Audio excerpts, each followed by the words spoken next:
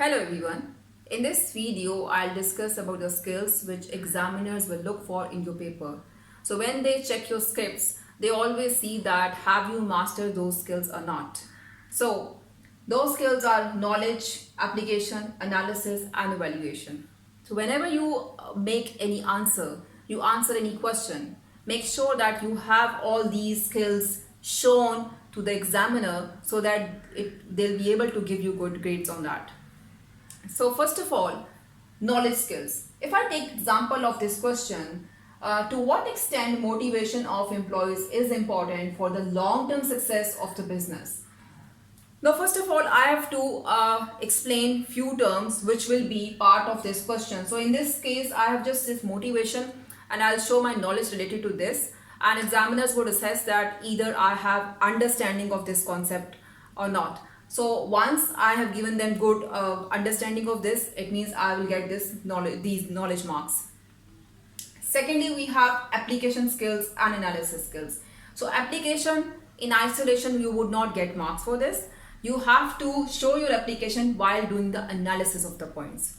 So for instance, for this, I've taken just this point that because of the motivation, workers will be more productive. So it's like a story that whenever we narrate any story, the people those listen to that story, they always ask that, okay, then what happened? Then what happened? So it means there's always a curiosity. So same goes for the paper question answers in business studies, that you have to make your examiner curious. They should know that from your answer that how you have developed different series of analysis of one point. I'm not saying this that you have to write 3-4 points. I'm saying just write one point and explain that deeply and in detail, show the deeper understanding of your business studies knowledge to the examiner. For example, if because of this motivation workers will be more productive, examiners would look for in your answer that what are the consequences of that. Then you would if straight away students write this, you write this that because of this business will be more profitable. How? You have to link this with different series of analysis. Then you would say this that because of this productive workers, they will take less time to complete the task. Okay, then what? Then it means that the batch of the production will be completed in less time. Okay, then what? They can send their goods quickly to the market as compared to the competitors. Okay, then what? So it means that due to this less time taken to complete that batch of goods, business will have to pay less cost to the labor. Why? Because earlier, if labor used to take maybe 4 hours to complete the batch of production, now they might be taking 2.5 hours, which means you have to pay less according to the less number of hours they have utilized for the production of that batch. Okay, then what? It means labor cost per unit would decrease. Okay, then what? It means that per unit cost for the business would decrease as well. So what they're going to do with that? So they can charge lower prices.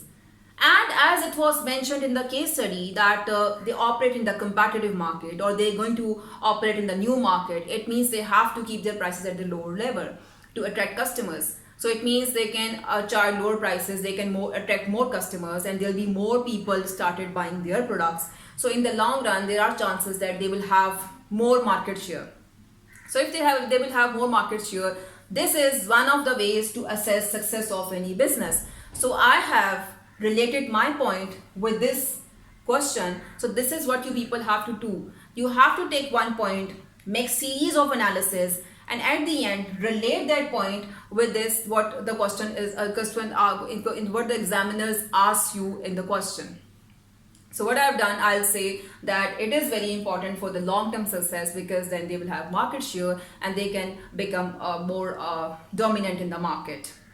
Then I have to also evaluate every paragraph. So if I have discussed this point, so that's not enough because I've just shown skills till here. I must also show skills of an evaluation also. So I have to, give some judgment on this. I can say this, but to keep workers motivated, do they have enough money to spend for the financial rewards, for the non-financial rewards, maybe for the training of the workers? So are they able to pay this? They already operate in competitive market, which means it is going to increase their cost and they might have to charge higher prices. Are they going to afford this in the specific market scenario? So this is how I have evaluated this point. This is what examiners look for in your answer.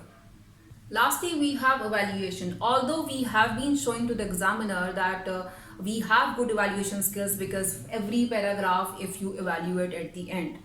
But still, you have to give one recommendation, one conclusion, verdict at the end to show to the examiner that which side you want to go for.